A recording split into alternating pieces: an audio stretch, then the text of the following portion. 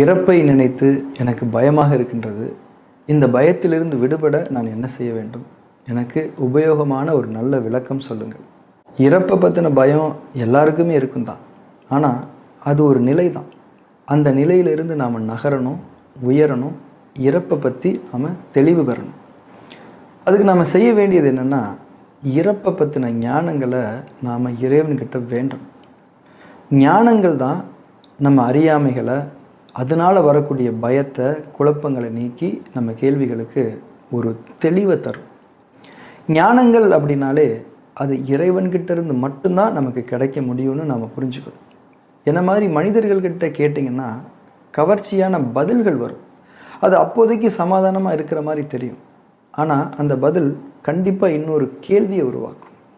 கேள்வியால் ஒரு பதிலும், பதிலால் ஒரு கேள்வியும் வந்துக்கிட்டே இருக்கிறது மனித அறிவோட ஒரு அறியாமை சங்கிலி. ஆனால் இறை ஞானங்களால் வரக்கூடியது தெளிவு. தெளிவுங்கிறது கேள்விகள் எல்லாத்தையும் அழித்து நம்ம மனசுக்கு நிலையான ஒரு நிறைவை தந்துடும். அதுக்கப்புறம் குழப்பமோ பயமோ எதுவுமே அதை பற்றி வரவே வராது. அதனால் இறப்பை பற்றின உங்கள் கேள்விக்கு நீங்கள் கேட்ட மாதிரி உண்மையிலேயே உபயோகமான விளக்கம் வேணும்னா எந்த மனிதர்கள்கிட்டே அதை கேட்காதீங்க, இறைவன்கிட்ட கேளுங்க. இறைவனே, உன்புறத்திலிருந்து ஞானங்களை கொண்டு, தெளிவை கொண்டு என்னுடைய பயத்தை போக்குவாயாகங்கிறது ஒவ்வொரு நாளும் உங்கள் பிரார்த்தனையாக இருக்கட்டும். இறைவன் ஞானங்களை வேண்டக்கூடிய பிரார்த்தனைகளை விரும்பி செவியேற்கக்கூடியவனாக இருக்கான். அதுக்கு நீங்களே ஒரு அத்தாட்சி ஆவீங்க. மேலும் இந்த இறப்பை பற்றின ஞானம்ங்கிறது ஒரு வகையில் ஒட்டுமொத்த வாழ்க்கையை பற்றின ஞானம் தான். ஏன்னா இறப்பு வாழ்க்கையை முழுமைப்படுத்துகிற ஒரு முக்கியமான அம்சம். வாழ்க்கையோட பின்னி பிணைஞ்சு இருந்துக்கிட்டு இருக்கக்கூடிய ஒரு அம்சம்தான் இறப்பு. மூச்சை உள்ளே இழுக்கிறோம் வாழ்க்கை, வெளியே விடுறோம் இறப்பு, மீண்டும் உள்ளே வந்தால் வாழ்க்கை.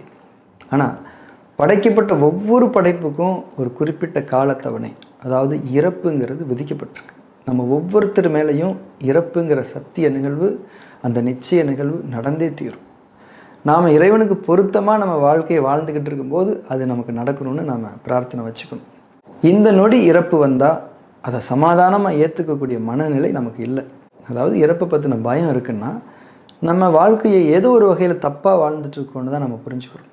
அதனால் இறப்பை பற்றின கேள்வி இருக்குது, அதுக்கான இறை ஞானங்களுக்கான பிரார்த்தனை தான் இப்போ தேவை. நிச்சயமாக அது உங்களை பெரும் இறை ஞானங்களுடைய பாதைக்கு கூட்டிகிட்டு போகும்.